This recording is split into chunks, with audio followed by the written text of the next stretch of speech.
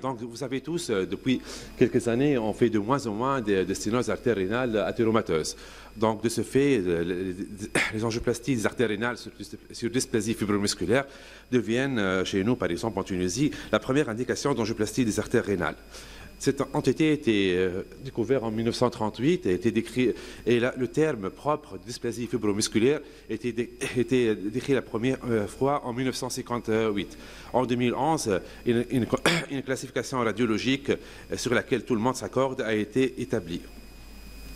Cette dysplasie fibromusculaire est relativement fréquente. Généralement, elle est responsable de 10% des hypertensions rénovasculaires. Et si on prend les séries où des artériographies ont été réalisées de façon systématique, c'est-à-dire les séries où il y avait des séries des greffes rénales, on remarque que la prévalence de cette dysplasie fibromusculaire est de l'ordre de 4%. Et si on suit ces patients au cours du temps, généralement, 25% de ces patients vont développer une hypertension secondaire, HTA secondaire. C'est une pathologie de la femme avec un sexe ratio de 9 sur 1. C'est une pathologie du sujet jeune. Et 30 à 50% des cas sont des cas pédiatriques. Généralement, c'est une maladie idiopathique, segmentaire, non inflammatoire et non athéromateuse. Généralement, ça touche dans deux tiers des cas les artères rénales, dans un tiers des cas les artères des troncs supra-aortiques et dans 10% des cas, il faut chercher une localisation au niveau du membre sub, membre inf et surtout des artères cérébrales. La physiopathologie, il est encore inconnue. Il y a des facteurs hormonaux, certes, le tabagisme favorise cette entité, surtout chez la femme fumeuse jeune, mais surtout sont les facteurs génétiques qui sont incriminés, et notamment, on estime qu'il y a 10 à 15% de formes familiales. La classification, elle est simple. Il y a deux entités. En fait, il y a la dysplasie fibromusculaire focale qui englobe la dysplasie fibromusculaire intimale et la dysplasie fibromusculaire adventitielle. Elle représente 3% des cas et donne généralement des sténoses courtes en diaphragme. Par contre, il y a une autre entité qui est la dysplasie fibromusculaire multifocale qui va associer ce qu'on appelle le fameux aspect en perles de Collier avec des sténoses et des anévrismes. Généralement, c'est des entités ils ont deux tableaux cliniques qui sont généralement plus ou moins différents. La survenue, généralement, pour la dysplasie fibromusculaire focale, survient chez des sujets plus jeunes et cette entité s'apprête mieux pour le traitement endovasculaire. Pour les manifestations cliniques, donc généralement c'est les manifestations rénales et notamment cette hypertension, la fameuse hypertension. Donc il faut évoquer cette entité chaque fois qu'on est devant une hypertension qui survient chez une femme jeune avant 30 ans, chaque fois que cette hypertension est maligne, qu'elle est résistante au traitement médical, qui est associée à l'hypocalémie ou une atrophie rénale. L'exploration, moi, personnellement, je fais une écho Doppler, puis je passe une artériographie. Certains auteurs recommandent de faire un angioscanner, voire l'angiorème, qu'ils ont une bonne sensibilité, une bonne spécificité. Donc, je viens de dire que l'artériographie, c'est le gold standard. Généralement, ça permet de faire le bilan extensif des lésions, de voir les lésions tronculaires et les lésions segmentaires. Et généralement, on peut faire le geste thérapeutique en même temps. La prise en charge thérapeutique, généralement, c'est le traitement de l'hypertension. Généralement, en Tunisie, nous, on met en première intention des IEC et des ARA2. Pour l'aspirine, on la met généralement lorsqu'on fait un geste endovasculaire ou lorsqu'il y a un accident ischémique. La statine n'a pas d'indication dans cette localisation.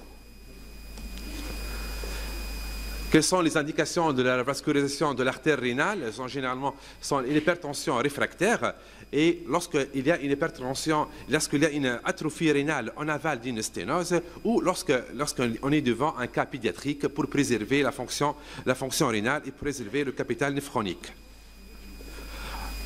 La première option, et ce qu'on fait généralement de première intention, c'est l'angioplastie transluminale.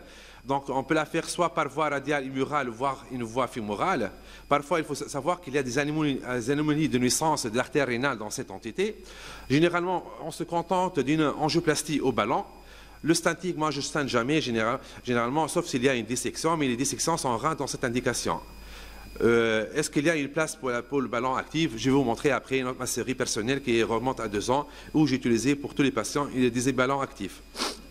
Donc, les résultats des angioplasties transluminales dans la littérature, j'ai trouvé 2 études qui sont intéressantes. Les 2 études sont à propos de 35 cas et qui rapportent des bons résultats, voire des guérisons dans 3 quarts des cas à 2 ans. Les complications sont les complications classiques des angioplasties. La revascularisation chirurgicale à type de réparation ex situ avec réimplantation de l'artère rénale est délicate et réservée à certains centres.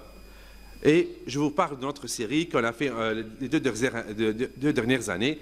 On a 7 patients, 6 femmes et 1 homme, l'âge entre 7 à 38 ans.